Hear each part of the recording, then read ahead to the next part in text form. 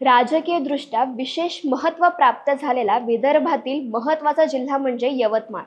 हरितक्रांतीचे जनक माजी मुख्यमंत्री वसंतराव नाईक, जलक्रांतीचे जनक माजी मुख्यमंत्री सुधाकरराव नाईक, मनोहरराव नाईक, माणिकराव ठाकरे, शिवाजीराव मोघे, वसंत पुरके अशी दिग्गज नेते मंडळी राज्याला याच जिल्ह्यातून लाभली आहे.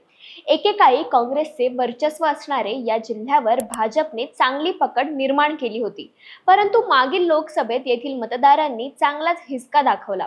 त्यामुळे पुन्हा एकदा काँग्रेस किंवा महाविकास आघाडीने आपली ताकद निर्माण केली.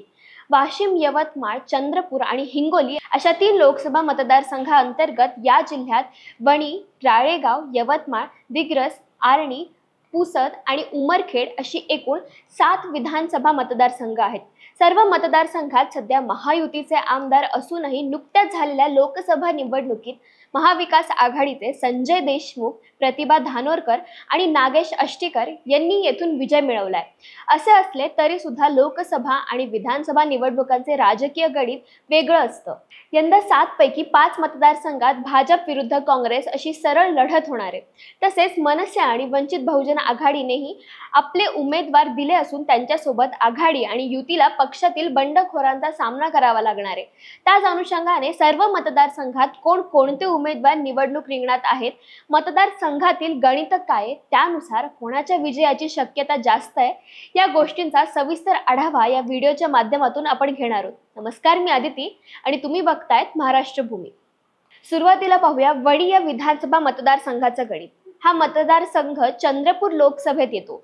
मागील निवडणुकांमध्ये सलग 2 वेळा निवडून येणारे भाजपचे संजीव रेड्डी बोदकुरवार यंदा तिसऱ्यांदा मैदानात असणार आहेत. 2019च्या निवडणुकीत त्यांनी 67,710 एवढी मतं मिळवत काँग्रेसच्या वामनराव कासावार यांचा 27,795 मतांनी पराभव केला होता.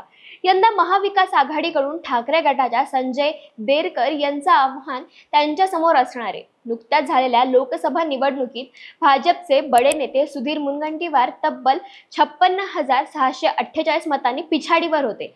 असे असले तरी सुद्धा काँग्रेसकडून बंडखोरी करत संजय खाडे यांनी आपला उमेदवारी अर्ज दाखल केलाय. यांची बंडखोरी रोखण्यास काँग्रेसला यश असल्याचं महाविकास आघाडीचा उमेदवार येथून विजयी होऊ शकतो. जिल्ह्यातील दुसरा मतदारसंघ आहे राळेगाव विधानसभा. अनुसूचित जमातीसाठी हा मतदारसंघ राखीव आहे. डॉक्टर अशोक उईके यांनी मागील 2 निवडणुकांमध्ये मतदारसंघाचे 4 टर्म आमदार राहिलेले काँग्रेसचे ज्येष्ठ नेते वसंत पुरके यांना पराभवाचा हादरा दिला होता. यंदाही याच 2 प्राध्यापकांमध्ये अटीतटीचा सामना रंगणार आहे. नुकत्याच पार पडलेल्या लोकसभा निवडणुकीत या मतदारसंघातून महायुतीच्या उमेदवार राजश्री पाटील या 24,677 मतांनी पिछाडीवर होत्या. किरण कुमरे हे वंचित बहुजन आघाडीचे उमेदवार असतील. काँग्रेसचे अशोक मेश्राम यांनी बंडखोरी करत अपक्ष अर्ज भरलाय. यांची मनधरणी करण्यात काँग्रेसला यश आले तर यंदा वसंत पुरके, अशोक उईके यांना धोबी पछाड देण्याची अधिक शक्यता आहे.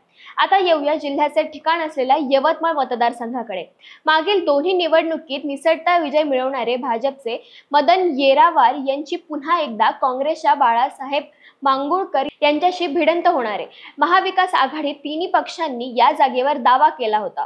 आपल्याला तिकीट मिळणार म्हणून मागील अनेक दिवसापासून मतदारसंघात जोरदार प्रचार करणारे शरद पवारांच्या राष्ट्रवादीचे माजी आमदार संदीप बाजोरिया यांनी अपक्ष नामांकन दाखल केले.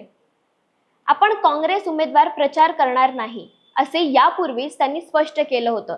तर वंचितकडून डॉक्टर नीरज वाघमारे मैदानात असतील. या मतदारसंघातून लोकसभा निवडणुकीत महायुतीच्या राजश्री पाटील या केवळ 2,538 मतांनीच पिछाडीवर होत्या. संदीप बाजोरिया यांनी आपली उमेदवारी कायम ठेवल्यास महाविकास आघाडीसमोर मोठं आव्हान निर्माण होऊन भाजपचे मदन येरावार विजयाची हॅट्रिक मारू शकतात. जिल्ह्यातील 4था मतदारसंघ आहे दिग्रस विधानसभा.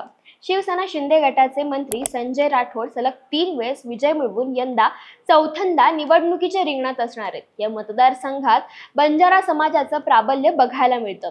मागील वेळी त्यांनी आपल्या कट्टर प्रतिस्पर्धी अपक्ष उभे असलेले संजय देशमुख यांना तब्बल 63,607 मतांनी पराभवाची धूळ चारली होती.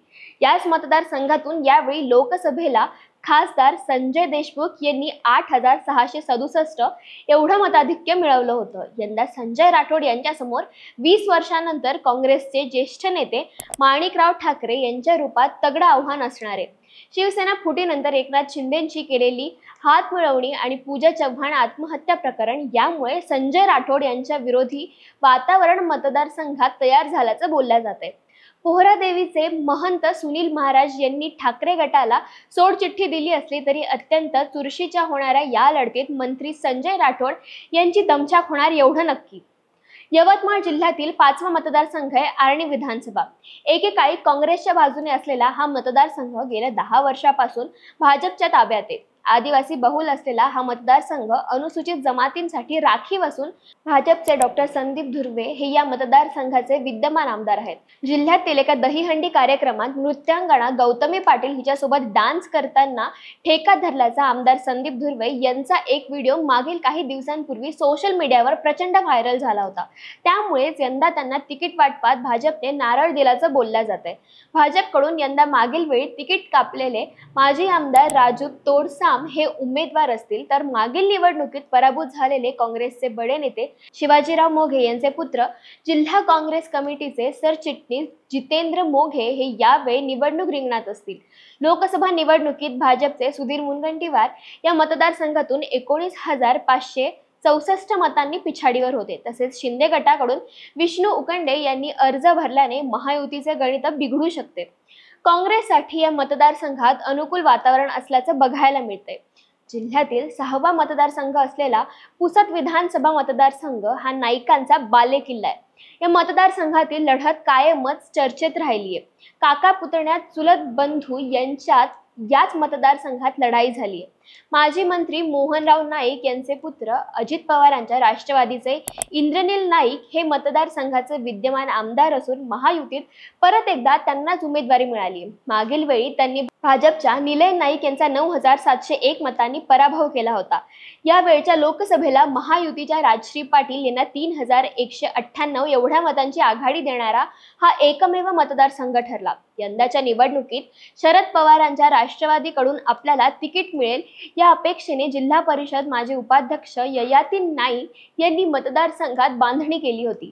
परंतु ऐनवेळी महाविकास आघाडीत शरद मैन हे राष्ट्रवादी काँग्रेस शरद पवार पक्षाकडून अधिकृत उमेदवार असतील असे घोषित केले गेले. त्यामुळे नाराज झालेला ययाती नाईक यांनी बंडखोरी करत अपक्ष उमेदवारी अर्ज दाखल केला. त्यांनी माघार न घेतल्यास मतदारसंघात 2 सख्या नाईक भावांमध्ये लढत होण्याची शक्यता आहे. राष्ट्रवादी शरद पवार पक्षातील या गटबाजीचा फायदा इंद्रनील नाईक यांना होऊन ते पुन्हा एकदा बाजी मारण्याची शक्यता आहे. जिल्ह्यातील शेवटचा आणि 7वा मतदारसंघ आहे उमरखेड विधानसभा. अनुसूचित जातींसाठी आरक्षित असलेल्या या मतदारसंघाचे विद्यमान आमदार आहेत भाजपचे नामदेव ससाने. मागील निवडणुकीत त्यांनी 87,337 मत मिळवत काँग्रेसच्या विजय खडसे यांचा 9,287 मतांनी पराभव केला होता. भाजपकडून यंदा त्यांचा पत्ता कट करण्यात आला असून किसनराव वानखेडे यांना उमेदवारी देण्यात आली आहे, तर काँग्रेसकडून साहेबराव कांबळे निवडणुकीच्या आखाड्यात असतील. या मतदारसंघात भाजपचे माजी आमदार राजू नजरधने यांनी मनसेकडून अर्ज दाखल केलाय, तर काँग्रेसचे माजी आमदार विजय खडसे यांनी बंडखोरी करत अपक्ष नामांकन दाखल केले. हा मतदारसंघ हिंगोली लोकसभेत येत असून महायुतीचे उमेदवार बाबूराव कदम जवळपास 7,000 मतांनी इथे पिछाडीवर होते. त्यामुळे महाविकास आघाडीसाठी इथे पोषक वातावरण दिसून येत आहे. त्याचबरोबर दर 5 वर्षांनी इथे आमदार बदलतो हा इतिहास असल्याने काँग्रेसचं पारडं इथे जड मानलं जातंय. एकूणच यवतमाळ जिल्ह्यातील 7ही विधानसभा मतदारसंघाचा आढावा घेतल्यास महायुतीच्या उमेदवारांना विजयासाठी फार मोठी मेहनत घ्यावी लागणार आहे. महायुतीचा पगडा असलेल्या या जिल्ह्यात महाविकास आघाडीने लोकसभेला चांगलाच धक्का दिला होता. त्याचीच पुनरावृत्ती विधानसभेला होते की काय असा प्रश्न उपस्थित होतोय. याबद्दल तुम्हाला काय वाटतं?